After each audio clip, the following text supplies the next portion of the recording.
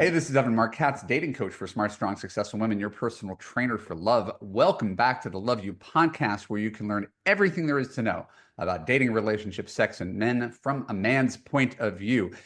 If you've been following me for a while, do me a small favor. Go to Spotify, go to Apple, leave us a positive review. It costs you nothing, and it makes me feel so very, very good. And you know, men, all we want to feel is needed, accepted, admired. Just a little dose of that goes a very long way. In exchange, I'm going to give you an amazing interview today. I've taken to interviewing more people. I am blessed today to have Aleeza Ben Shalom. I'm going to read her official bio. You may know who she is already. She is a world-renowned matchmaker, dating coach, and soulmate clarity expert, known best for empowering marriage-minded singles to find their ideal match. As the founder of Marriage Minded Mentor, she connects individuals with skilled professionals, has trained over 350 dating coaches and matchmakers worldwide. Her expertise has been featured in prominent media outlets, including NBC News, The Guardian, and Rolling Stone. And the reason she's here is she's got a new book called Matchmaker, Find Me a Love That Lasts, dropping January 21st. So, Aleeza, welcome to Love You Podcast. Thank you for taking time out of your busy schedule to be here. Thank you for having me. I've been following you and all of your advice for a long time. I love it. I'm not sure how that makes me feel. I'm probably older than you by close to a decade, so we'll just focus on. About that. I'm I don't 52. know. 47. Okay. Well, based on your looks, That's a I decade. figured I was still a decade older than you. So, uh, I like to start at the beginning, which is for most people an interesting origin story. How did you come to this work? Because usually people go into this work because there's something inside of them. That's how I became a dating coach. I always wanted to find it and I struggled with it. How did you become a noted matchmaker? So I agree with you. Like there's something inside. And I think for matchmakers, it's a calling. It's like you must do this. You must bring people together. It feels like it's the only thing that is important in life. And it's the only thing to me that's like valuable. And there's nothing more important than this. Like there's no other job that I want to have. There's nothing else I want to talk about. People are like, oh, do you get tired of talking about it? And I was like, no, I get tired of talking about something else. Like, you want to talk about politics? I don't. It has nothing to do with love. You want to talk about, you know, the world, the weather? I really don't care. I just want to talk about love. Yeah. So I came to it by, I started helping like friends. I did it. I mean, like, basic in grade school, I started like, oh, I think he likes you. Think she likes you. You guys should go out. Did she tell you? Well, I just know. How do you know? I You can't tell you you how I you know. were just a Yenta. I was born a Yenta. I just knew. I had an intuition and I mean, listen, I'm a real people watcher. So I'm never bored. You put me anywhere and you leave me alone. I don't even need anybody. I'm just watching like something going on over there. Ooh, that's not going to work now, is it? And, So in your especially previous as I life, what travel. did you do professionally? That this is always a part of you, but the career arc to become a matchmaker. I mean, again, technically anybody could hang out a shingle and become a matchmaker, but when did you decide to do that? So I really had no career aspirations. I went to university and I was like, I don't know what I want to be when I grow up. So I designed my own major. It was a three-part thing: Jewish studies, children's literature, and public policy in the environment. People told me I could write Jewish children's environmental books. And I was like, I do want to write books, That's a you know? very narrow But slice of people you're hitting there. yeah, and I was like, but that's not my thing. And they're like, well, why are you doing this? And I was like, because I don't know what else to do in life, and those are things I have interest in. Yeah. I like Judaism, literature, the environment, the world around us. Like, I just find it fascinating. And I really, yeah, I just didn't know what I wanted to be when I grew up, but I had a major goal of getting married and having children. I wanted to get Hmm. married, build a family. That was the most important thing to me. And I got married, we'll call it young-ish, right? At 25, and started building my family. My husband and I are married 22 years. We have 5 children. And after I did that, I was like, okay, I'm home and I have young kids at home and like babies. And it was like my only dream to have kids. And I was like, I need adult interaction. So I called my girlfriend. I'm like, I need to do something like whether it's a hobby or this. She's like, you could be a matchmaker online. And I was like, okay, I could do that. She's like, yeah, so just sign up to this website and you can start matching people. And I was like, okay.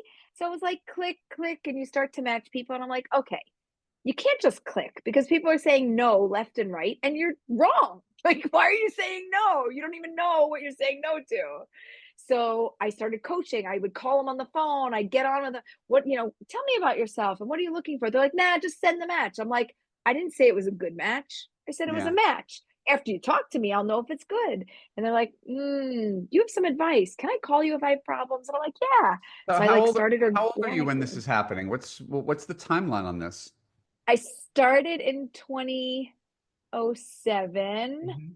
I was, and I'm born in 77. So I was like around, 30-ish. Okay.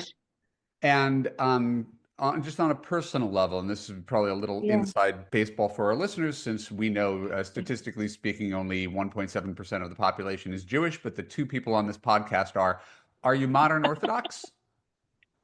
You could put me in many categories, or observant, Orthodox, traditional, whether it's modern, we keep Shabbat, we observe the Sabbath, kosher, family purity. There's all these, different things, all the Jewish holidays, Sure. and you know, No, we observe Judaism in a meaningful way okay. with daily and daily practices. There from from where I sit, right, there's conservative Judaism, which, and again, and I'm Reformed, so That's it's where I grew up. right, That's it's how I grew up. I grew up conservative and I became I like the word observant because it's real. Like it's yeah, like we observe our Judaism. My husband likes to call it practicing. We are practicing Jews. We like our Judaism, we love our Judaism, and we live our Judaism. okay, I dig it. Um, so as someone who is basically, you made up your job the way I made up my job, and I say that in the best way. Now anybody can go online and call themselves a dating coach or a matchmaker. There's no barrier to Mhm. entry, but you get your reps, you get your practice. Um, Mhm. what do you think is the biggest thing that's challenging people right now that is causing people to turn to matchmakers? I think that people are burnt out. I think people are exhausted. People work very hard hours, very long hours. They focus on their career, they focus on building themselves, they focus on education. There's so many different areas that they push. And if it doesn't just naturally fall into place that they find somebody, then they're like, you know what, I'm done. Let me just call a professional. Like the same way that, if I want to get fit, I'm going to get a personal trainer. If I want to get matched, I'm going to get a matchmaker. And they just, say, like, help now, please. And the goal is really to say, like, I'm not an expert in this. You are, and you could probably do it easier and better than I can. And I'd love the support. And so let's work together. Okay, so now I'm going to get into some of this. We talked before about doing something that's challenging. One of the one of the discussions I have had, and at a matchmakers conference in New York maybe a decade ago, um, and what I said wasn't well received, even though I don't take it back, but it wasn't well received. Is that matchmakers have a really, really hard job, far harder than dating coaches, right? For me, I mostly can't fail. I'll give you advice. You can take it out for a test spin, right? What works, keep it. What doesn't work, feel free to leave it. But I'm not promising people the world. I'm going to hand you your soulmate. So it seems to me that matchmakers have sometimes a people problem, and that they're not the people who are coming necessarily for coaching, right? It's not me. I just can't find a person who's good enough for me, right? I'm striking out online. I'm making this up. I'm a 5. Hand me a 9. Can you do that for me? And that seems to be like the matchmaker's dilemma, is that the average person is a 5 who wants to date a 9 and is paying you to do that for them. So how do you respond to that? Because it's not, I don't mean it even as a gotcha question, but how do you square people with the reality that most people are trying to date up and you can only work with what you got? I usually tell people that like attracts like. Mhm. And I want to know, like, really, where do you think you fall? First of all, I love the number line, giving numbers. I know people that like freak out over It's a this. little gauche, but you get it. I love it. I'll tell you why I love it, right? Because it's real. And if you understand who you are in the world, then you can understand what may be in alignment for your work. And you could shoot for the moon, right? And land among the stars. And you could do whatever you want, but let's just go, like attracts like works with like. So like know what you are and know where you are and know what's going to make sense for you. And we should always be striving for more. I'm not opposed to striving for more, but if you're not willing to level up, you think somebody else is going to be happy to level down? Like what? Like it doesn't make any But sense. how do you Um, how do you have that but conversation? I'm looking at myself and I've got the sun in my eyes. I should have closed the shades. Um, how do you have that conversation in a way where, again, someone is paying you aspirationally to do for them what they haven't been able to do for themselves? yeah. So, and So again, so I think we yeah. it's genuinely interesting to me because I choose not to have that conversation, but it feels like an important one and a sensitive one to someone who's paid you a fair sum of money. Right. So first of all, before we take anybody on as a client, we will talk to them, we will interview them, we will connect with them. We will make sure that the first match that's made is between us and them and that we are a good fit for working with them. Mhm. If I don't think we're a good fit for working together, I won't work with somebody. If somebody isn't realistic or can't tap into, like if they look in the mirror and they are a 5 but they think they're a 9, we have a problem. If you're a 5 and you there was a guy, he's like, "Look, I'm like a 6, in looks, but personality, I'm like a 9. So Okay. like and I'm like, you're right. You're right. It levels you up. You're so right. But he's not pretending and he's not faking.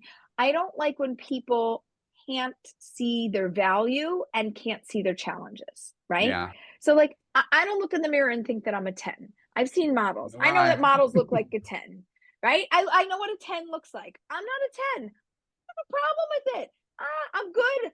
7.5, put a little makeup on, maybe I hit an 8, put a smile on, I'm 150. Okay. The smile, boom, nails it. The personality, boom. But the I'm looks, like, okay. I'm gonna jump in.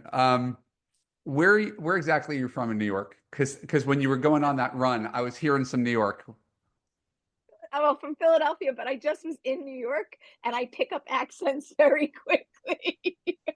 I was like, you're just reminded me of home. And very East Coast energy, which I enjoy. Um, so as a matchmaker and a dating coach, you not only people are basically coming to you first to say, hand me someone, the dating apps are burning me out, right? Whatever I'm doing just isn't producing results. And we get probably an overlap of clients there.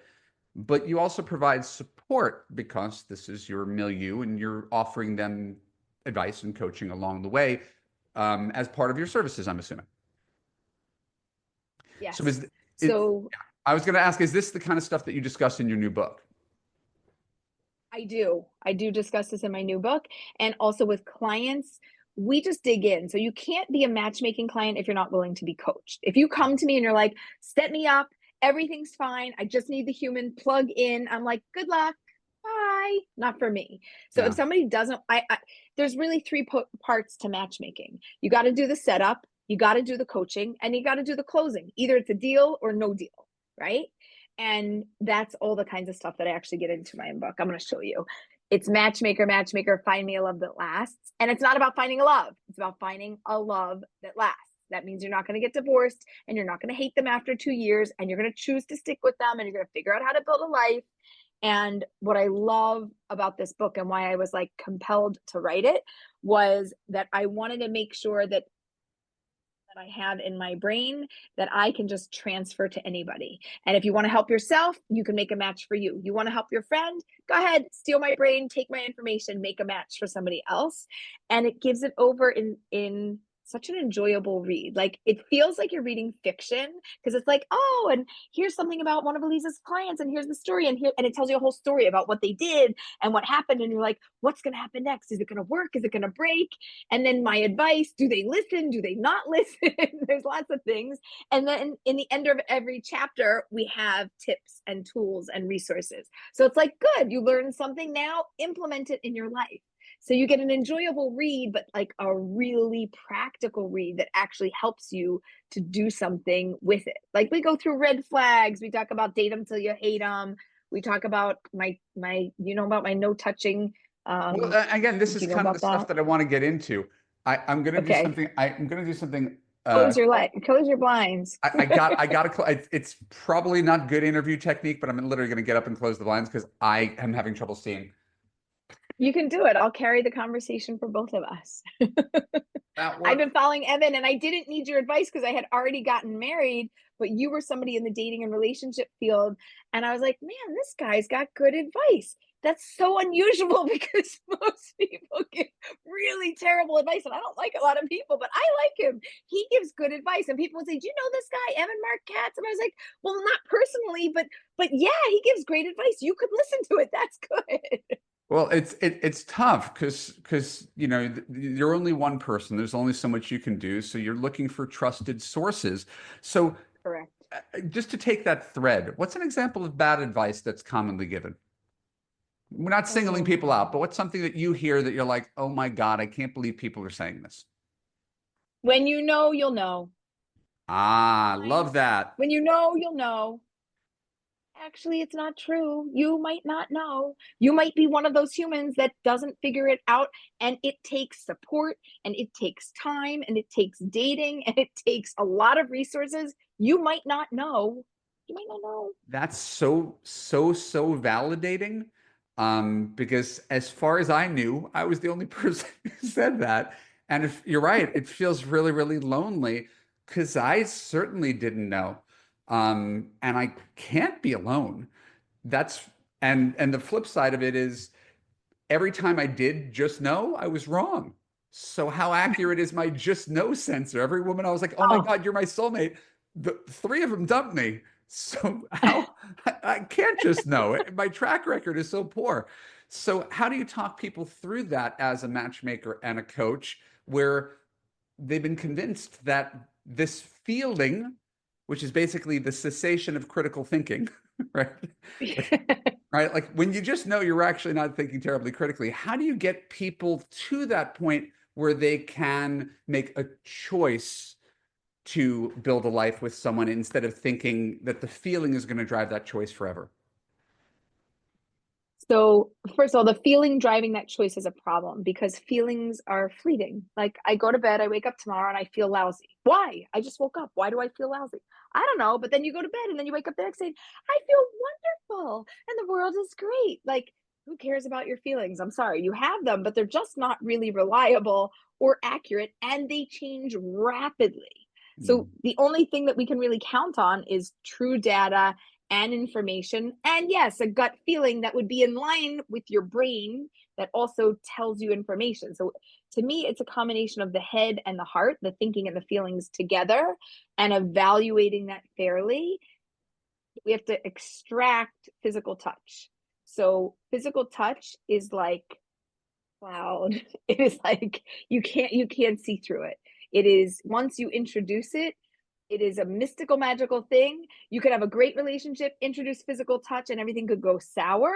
You could have a horrible relationship, introduce physical touch, and then have a false positive and think that everything's amazing, but it's just not there. So I love to talk about what I call the 5 date challenge, which is like, hey, would you like clarity in dating? And people are like, yes, absolutely. I'm like, do you want to know for sure if you're interested? And if they're also interested, they're like, yes. And I'm like, will you do anything? And they're like, maybe, what's the rule? And I'm like, the 5 date challenge, no touching for 5 dates. Hi, how are you? Hey, Evan, nice to meet you. You go out, you schmooze, you have a cup of coffee, great. Good. You like each other enough to see each other again? Good. Go out again. You have a nice date? Good. Get to know the human. You like them after 5 dates? They actually like you after 5 dates? What do I know?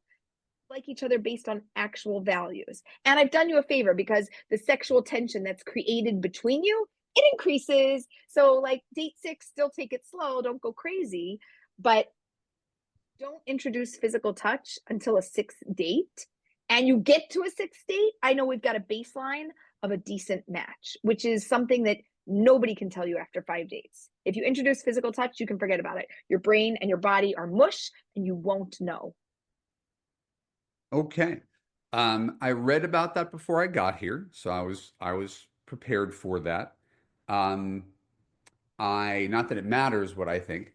I certainly agree in concept. I'm not Yeah. positive I fully am on board with the execution, but I do acknowledge, validate the idea that physical is creates a haze through which you view the relationship that allows us to make perhaps inaccurate choices.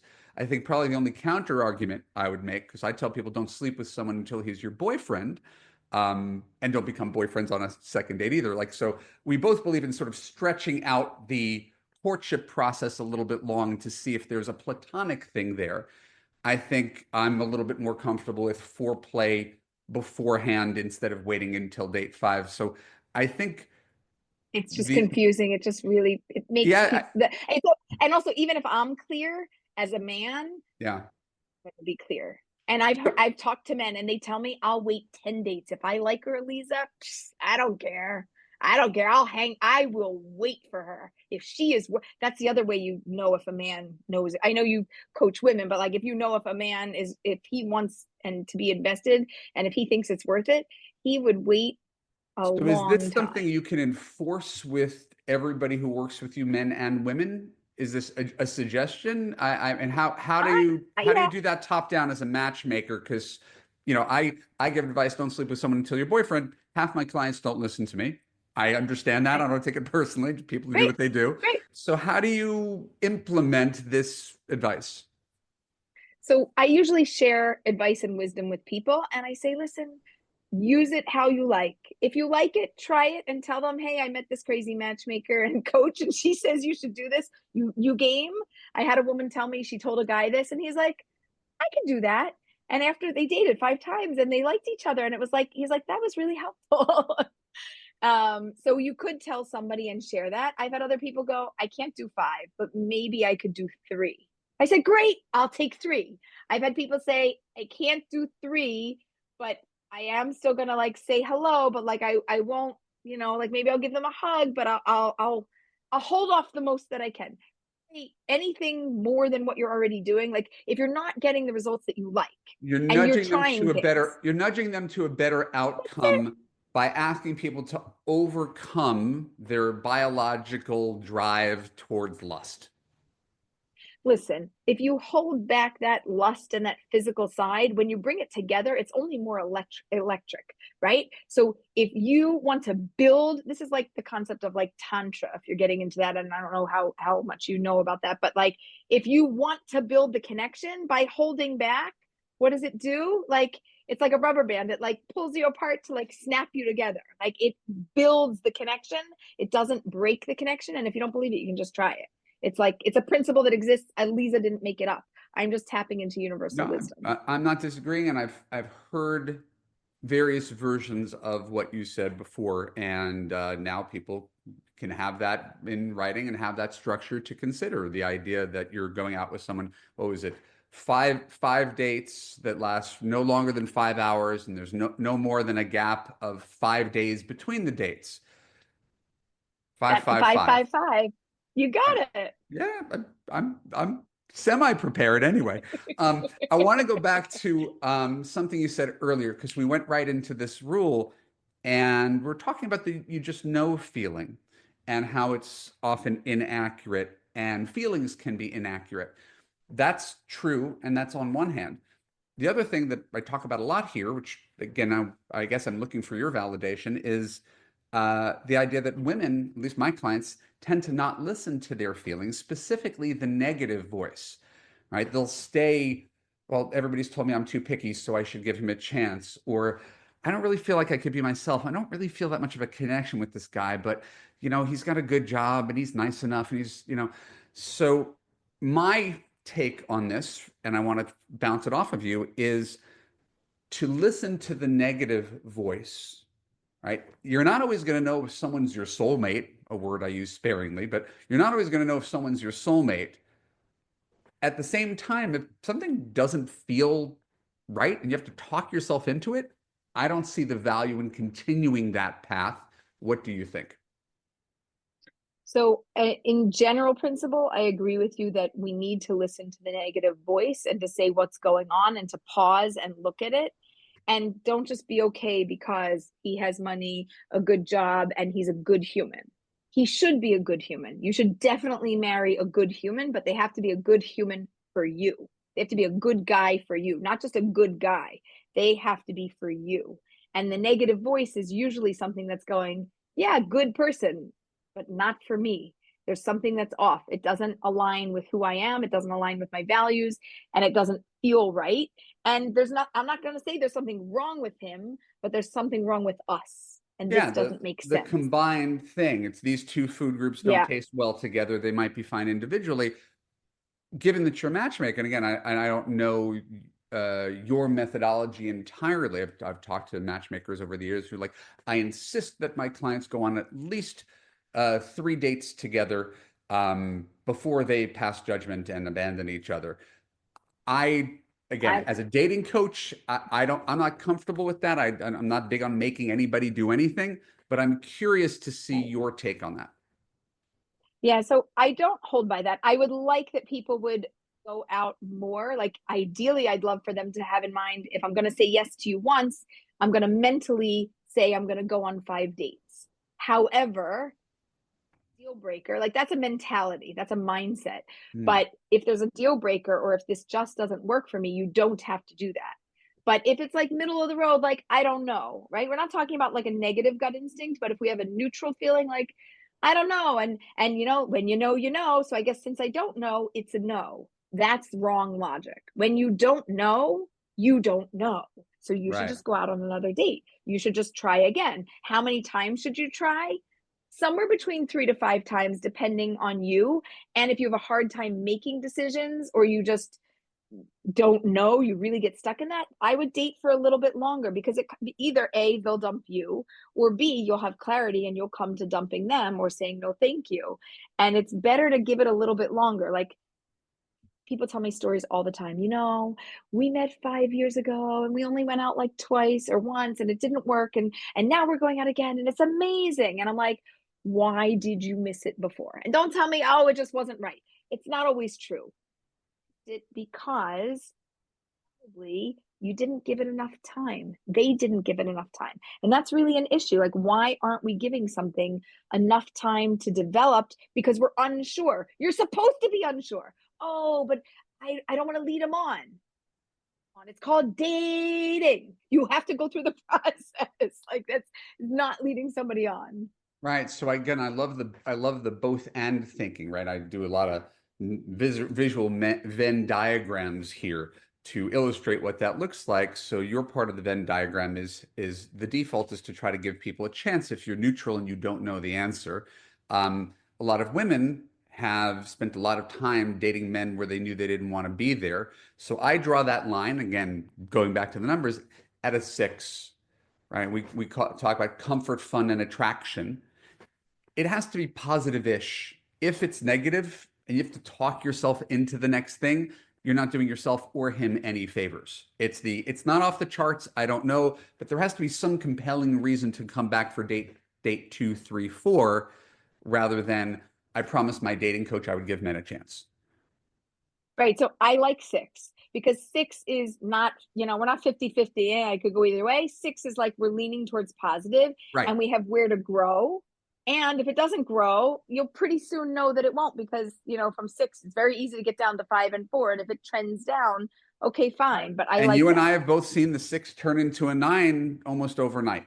It's it's incredible. That's what's incredible. So I talk also a lot about, and this isn't in my book, but this is Sure. like the Aleeza theory, the spark versus the slow grow.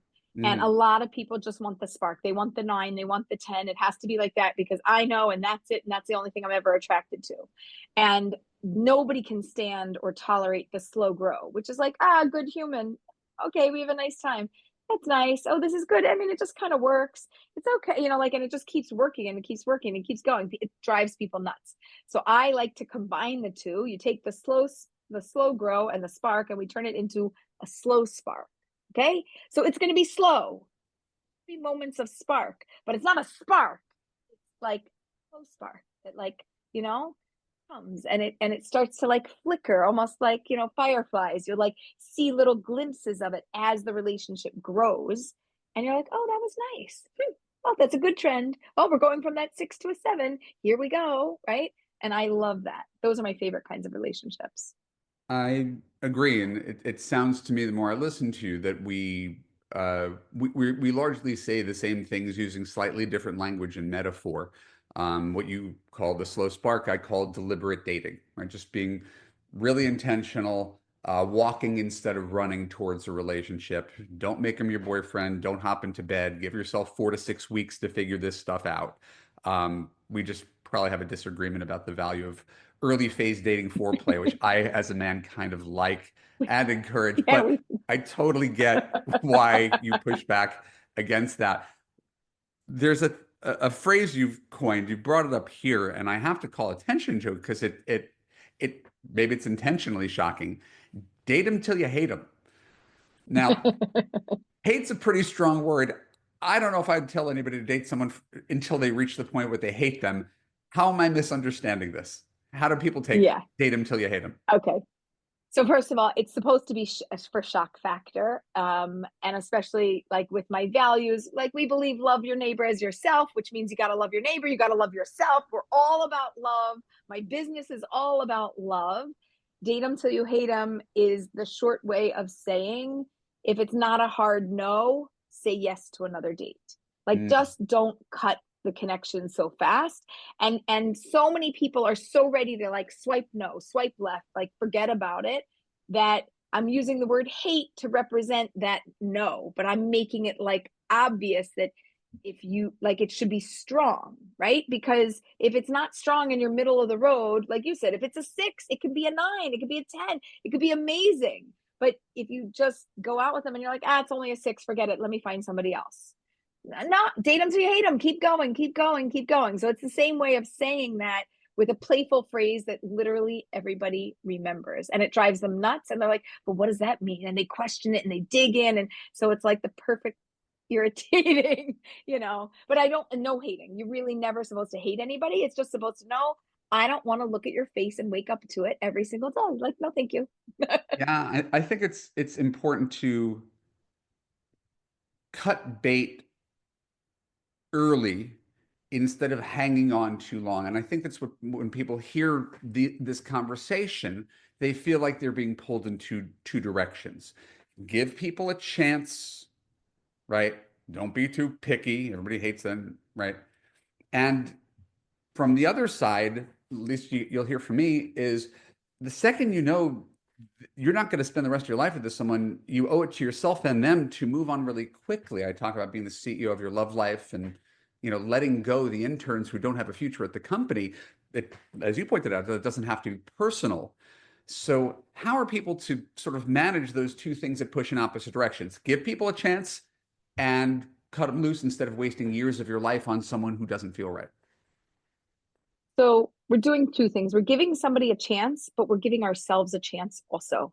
I've had people say to me, I don't want to come to like them. And if I keep dating them, I will. And I'm like, what are you talking about? Why? And they're like, because initially, I didn't initially like this about them, whatever. They come up with some reason because initially that wasn't there. And if that's not initially there, then I don't want to come to like them.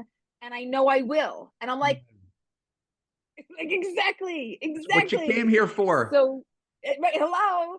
So this push pull is really the balance of, and I agree with you, cut them loose. When you know that's hating them doesn't mean hate them. It just means the moment that you know this isn't for you, you can walk away.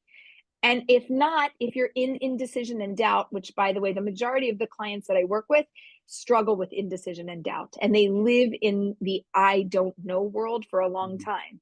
If you don't know, it's a go. Keep going, keep going. The only way to know, you cannot sit home and think on your couch, what do I think? Should I break up? Should I stay together? Just go on another date.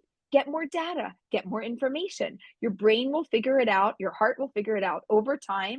And either you'll know, and if you don't, maybe they'll dump you first, then they'll know life happens. So, but give it enough time. So there is a push pull. And I agree with you. When you got to cut it, you cut it. But if you're in a place of indecision, it's a go. If it's not a no, it's a go. You got to keep going to just get more information. You can't don't make a decision without enough data. I like your little Johnny Cochran. Uh, it's like if the glove doesn't fit, you must acquit.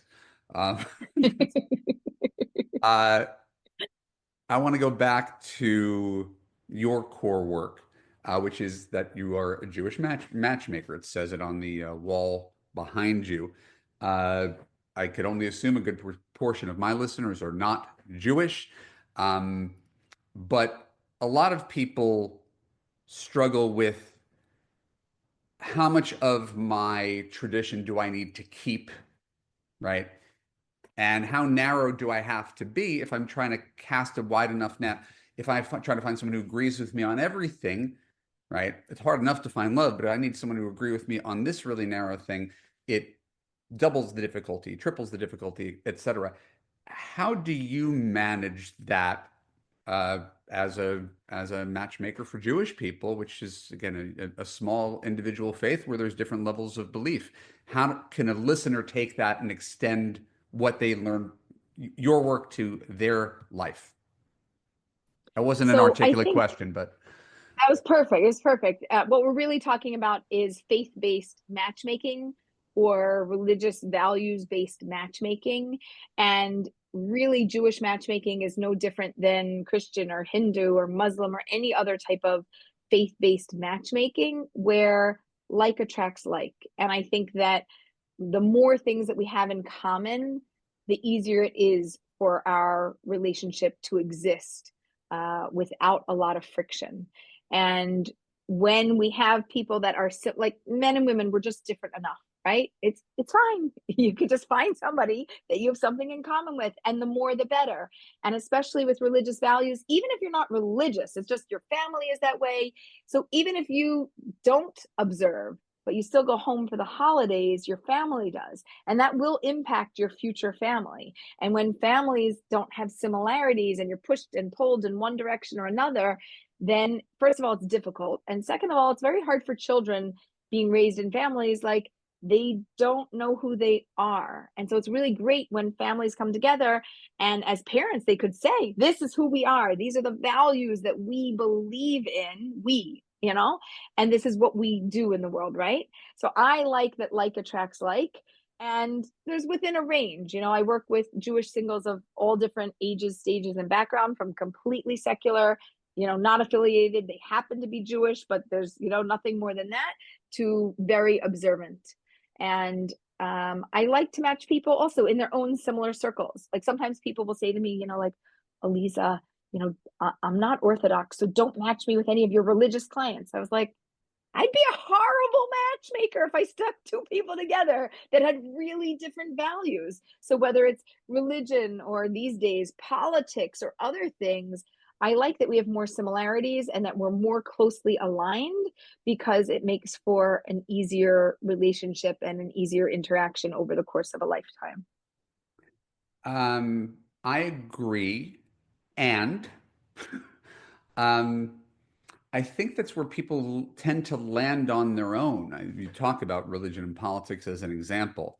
We look for similarity and we miss out that if we move kind of one standard deviation to one side, there's possibility, which again is not to negate anything that you said. Obviously, got great respect for you. Obviously, if you just line up the dots, if we agree on X, Y, Z, and everything else, that's fewer things to disagree or argue about. I just think of again, I obviously have, my own version of the story. I don't feel personally attacked by it. My own version of the story is I wrote an article for the Jewish Journal once upon a time about how I was going to marry someone Jewish for the reasons that you mentioned. It was fresh off of dating a Filipino woman. Um, and here I am 16 years later in this really happy marriage that if I stuck to my guns on that one doesn't happen. So I'm not in the interest of telling someone who has deep faith and practice that they need to abandon their faith at all. I just feel like it in a way, it almost not contradicts. It's almost like your core message is open up a little bit, give things a chance. Instead of going narrow, go a little bit broader. is this one area where you don't believe in going broader and indeed want to stay narrow? I think in general we have to be more narrow than broad in what we're looking for. Like my goal would be if we had 100 people, I want to rule out 90, Mhm. right? If I'm doing a database search and I'm looking for somebody, my goal, if I have 500 options, I want to narrow it down to 25. Like that's it. I want the most closely aligned human being for another human being. So we are matching up religion and politics and Sure. where we want to live and the type of community that we want to be a part of and how we want to raise a family or what that looks like and how we want to be integrated. Like these are our core values, our core beliefs, and the things that we're going to be hyper focusing on throughout our life and our relationship. So I do like that we are more narrow and we are more closely aligned, or as Mhm. closely aligned as we can be in as many areas as possible. And I would say like over 70%, like of all the areas that we need alignment, you need over 70% alignment to actually have joy, even like closer to 80% alignment in many of these areas. You're going to have differences, but I'm talking about your core beliefs. If your core beliefs are off, or like this doesn't, it's harder to build a future. Like we just have to navigate and negotiate things on a daily basis or a weekly basis or a monthly basis, whatever it is. I I agree that you don't want to try to fit a square peg in a round hole. And I agree that when you're doing a search, because anybody who listens to this podcast has heard, which again, I find very validating. I tell women 90% of guys are wrong for you. And basically the same thing, right? Don't feel shy about eliminating 90% of men. Um, Exactly. but I'm doing it on slightly different metrics, and it's probably because I'm a dating coach, not a matchmaker. But I think if a woman's looking for a partner, it's how does he treat you, right? How does how does it feel, right? How do these personalities sort of work together? The words I use: character, kindness, consistency, communication, and that's completely divorced from religion, politics, etc. Which again, it doesn't mean that it doesn't matter, but I'm sort of like everybody knows some couple who's been together for 40 years because they have the same religious background, but they're miserable people. So they have my wife's parents were divorced, but they both were college educated Catholic Republicans in San Diego, God, family, country, right? That was not a happy marriage, even though technically they were perfectly aligned as two Irish Catholic people. So I think I'm always default to the but this, even though I completely understand why you do what you do, especially as a matchmaker. You want to give people exactly what they want. They're asking for that, and you're handing it to them. I guess to me Well, that well, doesn't look, it doesn't always mean compatibility, I think. no, I'm not saying that it means compatibility, and it's not the only factor. And I think it's all the factors that you listed, the compatibility and the kindness and all the I would say the C's, but there's some K's in there too. Yeah, yeah, That list is a really important list, and value in life. Besides how you're being treated, what sure. type of a life do you want to live? So I'm combining what you're talking about and adding onto that and saying, I need another level too, because you're gonna have to live your life doing something, whatever it is. Yeah, And not just religion, not I mean, religion isn't the only thing, but like if I value loyalty, trust, if I had an issue in the past, right, and I really need a partner who can give me that validation, that confidence, whatever it is, or that we're going to lead a certain path, like I want to know that we can get there together, and not just that you're a good human emotionally, but the actions in this world that we want to do, the dreams, the hopes, the visions that we have to accomplish together. I don't just have a good emotional partner to do that with. I have somebody that's also value based and moving in that direction. And I think religion is one of sure. many of those things in that category, not the only thing. And I like to see more alignment rather than less. But it also, like you said, it matters how much those things are important to you and how much that's going to play out in your future. Right. So Yeah, if and I it's not think going to I play out in your future so much, it might not be so relevant.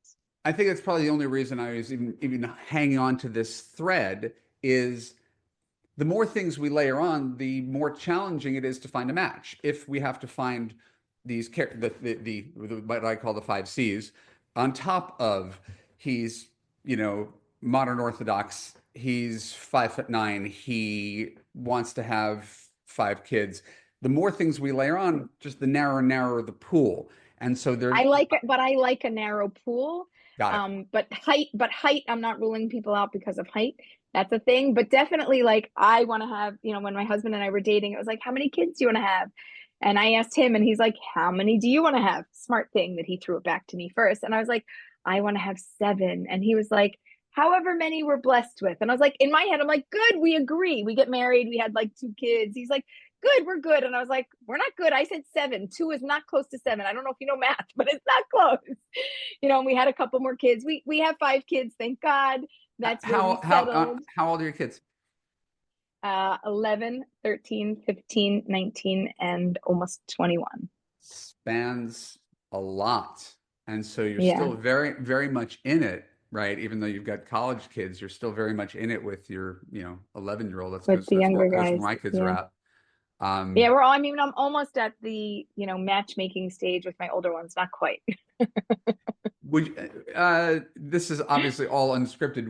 Would you want your children to be married at a young age? Would you like them to be Yes, married before they're 25? correct. I told them that's their expiration date by 25. Tell me Find your why, because it's human. another thing you and I disagree about, and so I want to hear your version Oh, of why. And most people want their kids to follow in their path. I was a late bloomer. You yeah. obviously I did get married at 25. My right, and it husband was worked. 36. It worked. I mean, we have 10 and a half years between us. So he was 36 and I was 25. Mhm. I would like my children and many couples to get married at a younger age because I think that we as a society believe in independence. And literally, we are training people to be your own human and not to be in a relationship and not to be a part of a community and to just make it in the world and do your own thing. And literally, we then tell them, oh, now get married, go live in a community, go have a family, go build a life. And you're like, no, I thought I was supposed to be independent and do my own thing. And it's very hard. And when you get married at a younger age, you grow together. If you're blessed to find the person, you grow together. It doesn't always work out that way. Very often, it's very hard. But if your priority is an education, get a job, build a career, save your money, get your car, get your house, build your life. Up, insert person. It's really hard to do it. And the older you are, the more independent you are. So like we got to I combine two people that have like become so unique, hard to blend, I think harder.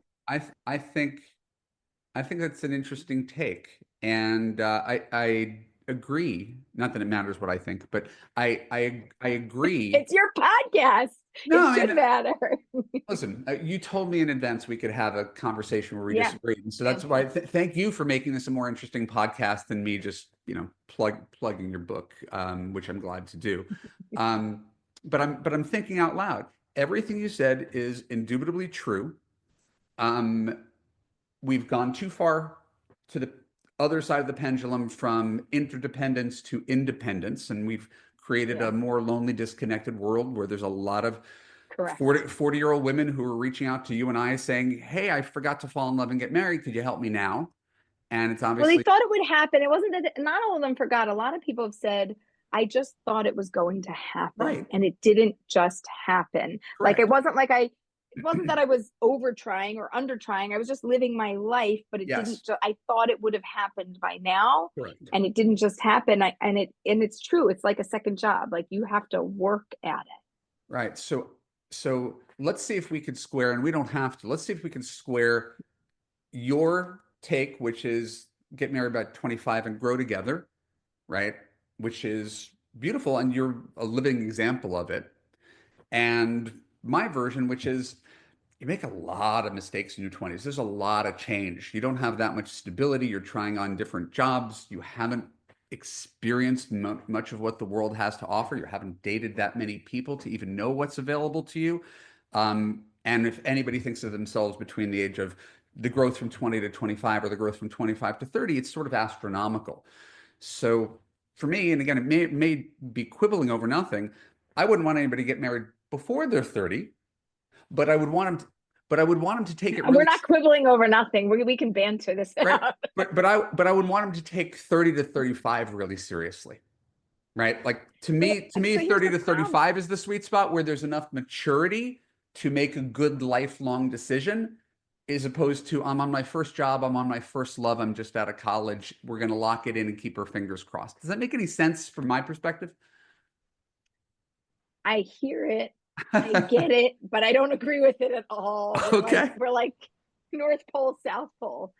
So I was trying to a find some couple of sort of this, consensus because I agree that if someone's yeah, trying to, we're gonna yeah, we'll meet somewhere in the middle ish, but we can also agree to disagree, which is fabulous.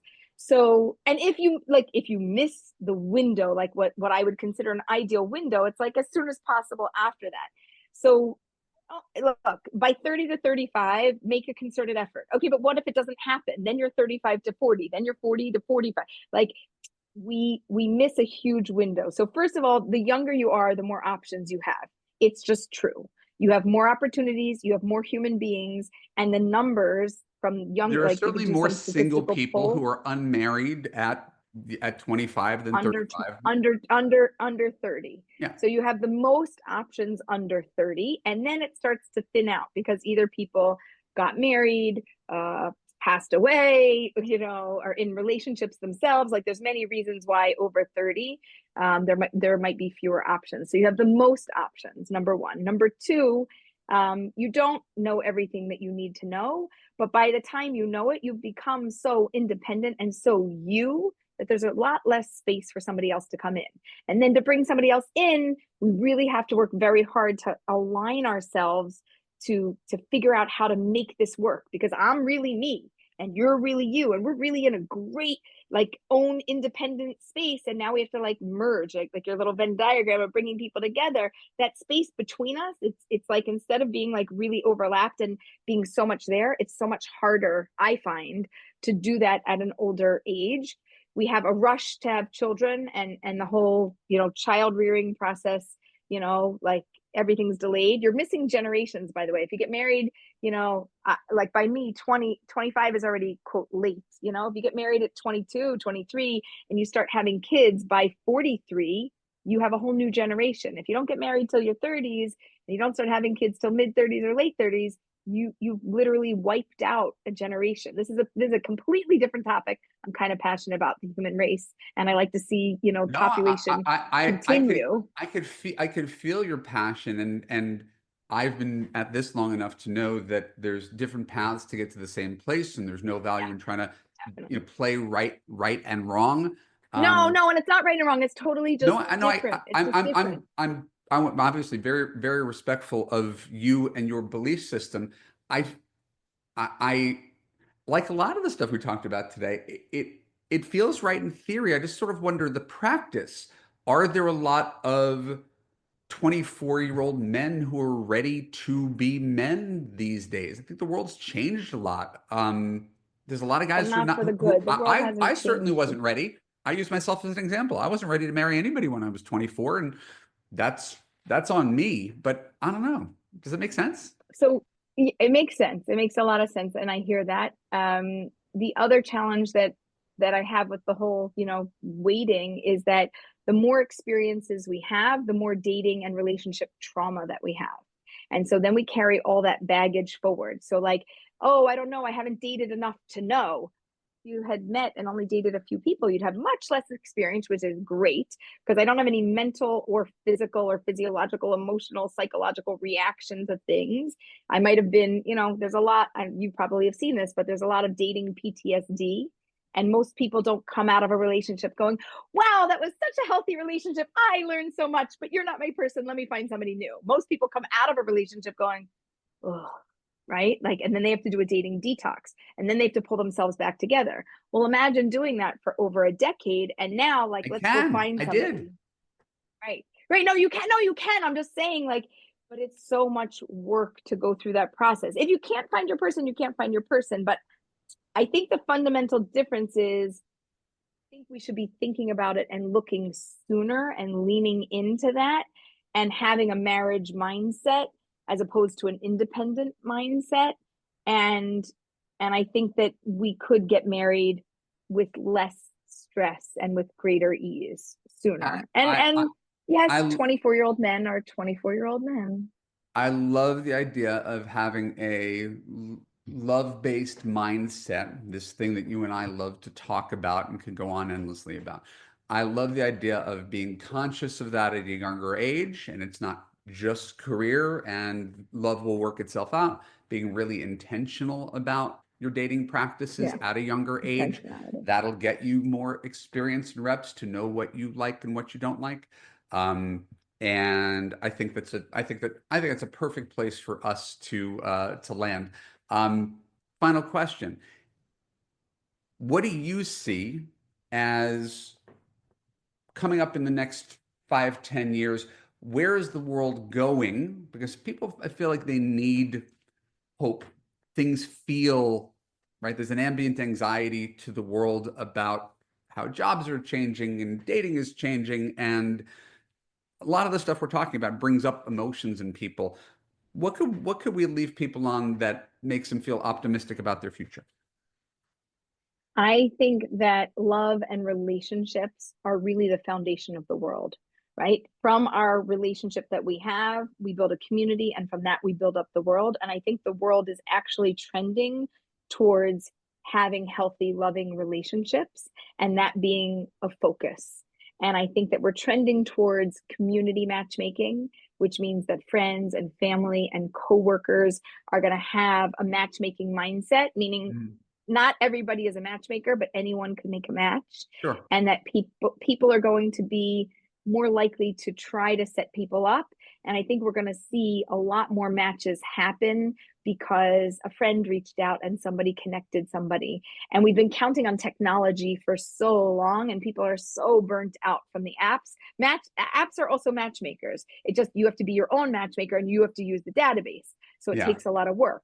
I believe in apps, but I think that we're trending off apps, and I think we're trending towards counting on our world, our people, our community, whoever they are in our circles, and just having friends or friends of friends bring people together, kind of like we used to do, like back in the day before Yeah. technology. We just used to have organic introductions. And I think we're trending towards organic introductions, meetups, and more connections, where I hope it will feel like less work and a little bit more comfortable as people move through the process. I think finding more joy in the dating process is essential to inspire people to want to date more. I enjoyed dating, and it's hard to have to be positive for everybody who's feeling what they're genuinely feeling about dating relationships, men, and their place in the world. Aleeza, where could people find you? What's your Instagram? What's your YouTube? We'll link to it in the show notes. Thank you. So you could find me at Aleeza Ben Shalom on all platforms and all sites.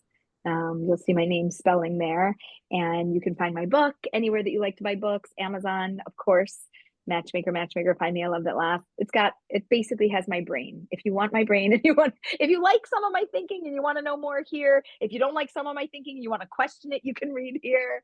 Whatever works for you. If you want to help make a match for you or for anybody else in the world, I have so many tips and tools, and it's my greatest pleasure to help people bring people together.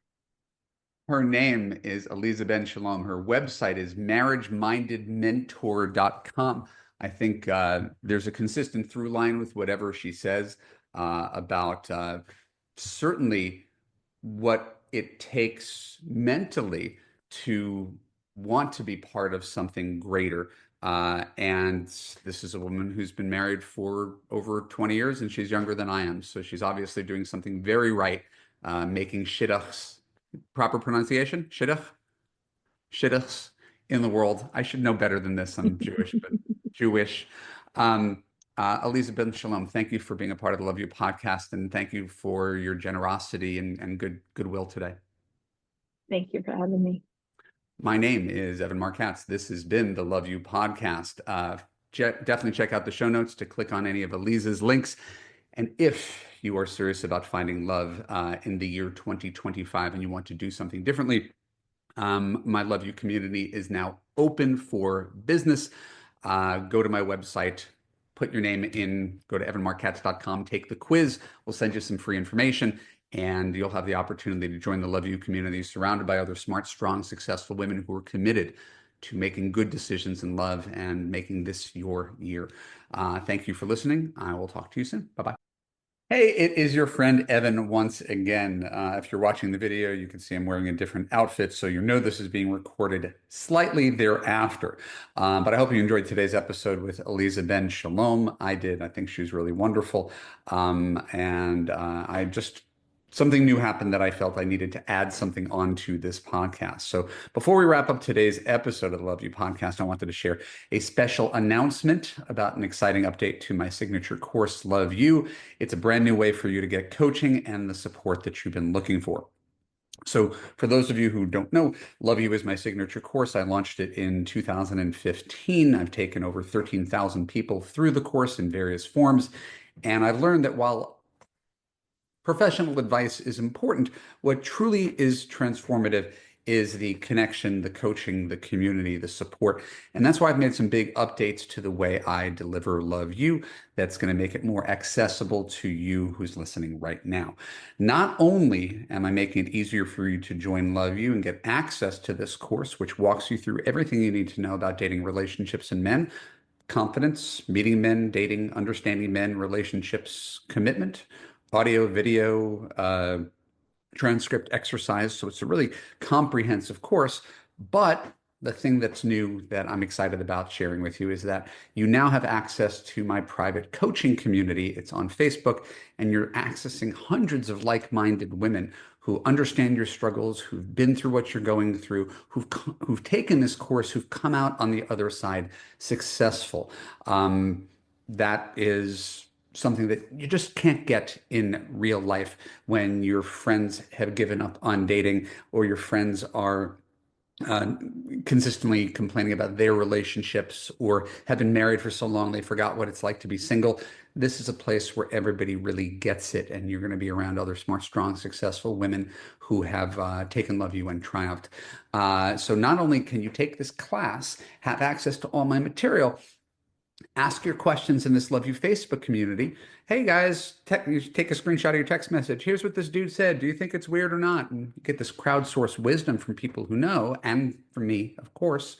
But we'll also be doing a monthly live QA on Zoom. It's private. It's not going to be consumed publicly. It's not in the Facebook group. And you could ask me questions there, and I will answer your questions once a month. So you will have access to talk to me, at least through the computer, in such a way that you're going to feel like someone is there supporting you. You don't have to navigate all the ups and downs of dating and relationships yourself. So whether you are taking a break and are afraid to get back out there because you don't trust yourself, or men, or modern dating, or dating apps, if you're dating actively and finding that it's a slog and frustrating and you don't know what to do differently, or if you're in a relationship which feels a little rocky and you don't feel secure in it, we can meet you wherever you're at as part of the Love You community. So here's everything you get when you join the Love You community today. You're getting the Love You library, which is a comprehensive collection of not just everything that's in Love You, but everything I've ever created. We're talking about my original best-selling book, Why He Disappeared, my favorite book, Believe in Love, my Finding the One online dating program, 18 hours of focused coaching, 26 hours of Love You coaching, from recorded calls from when I took people through the course week by week. So you're getting a library of materials that can help guide you. If you're a self-starter, you're going to love that kind of stuff. You're also going to get access to the community, to live monthly coaching, to weekly exercises, and even early access to new content. These podcasts will give them to you a day or two before they come out to the public. Maybe even, I have to talk to my assistant, but maybe even before that. So this kind of direct access to all of my material, all of my content in one portal, access to my private community of successful clients, and access to me normally costs thousands of dollars. Private coaching with me remains a high ticket item, over $15,000. But in the Love You community, you can get access to the same expert advice for a fraction of the cost. So when you join Love You, you're going to know everything you need to do every single step of the way. It's simple, it's digestible, it's affordable, it's flexible, it's not a huge demand on your time or your resources. So for a limited time only, I'm just letting you know, there's a founding member price. The first 50 founding members could join the Love You community for only $197 a month. Once those spots are filled, the price is going to go to its regular price of $297 a month to be part of my Love You community.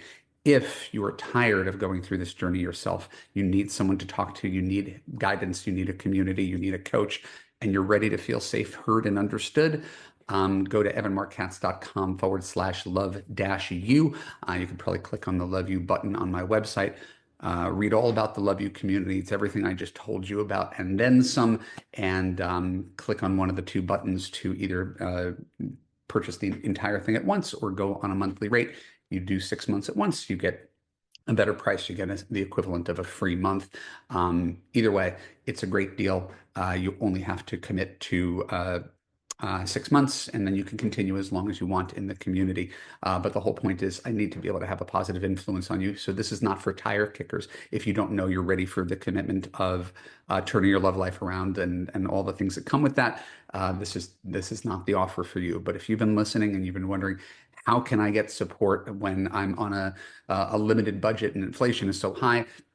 This is the thing I've been working on for the past 2 months that I'm just really excited to share with you. So go to evanmarckatz.com/love-you, enroll in my founding member offer, save a lot of money, and I will see you in there. I will be able to talk to you. I will be able to see you and guide you and befriend you and show you the path to lasting love. So thank you for your time. I look forward to seeing you, and I'll talk to you soon. Bye-bye.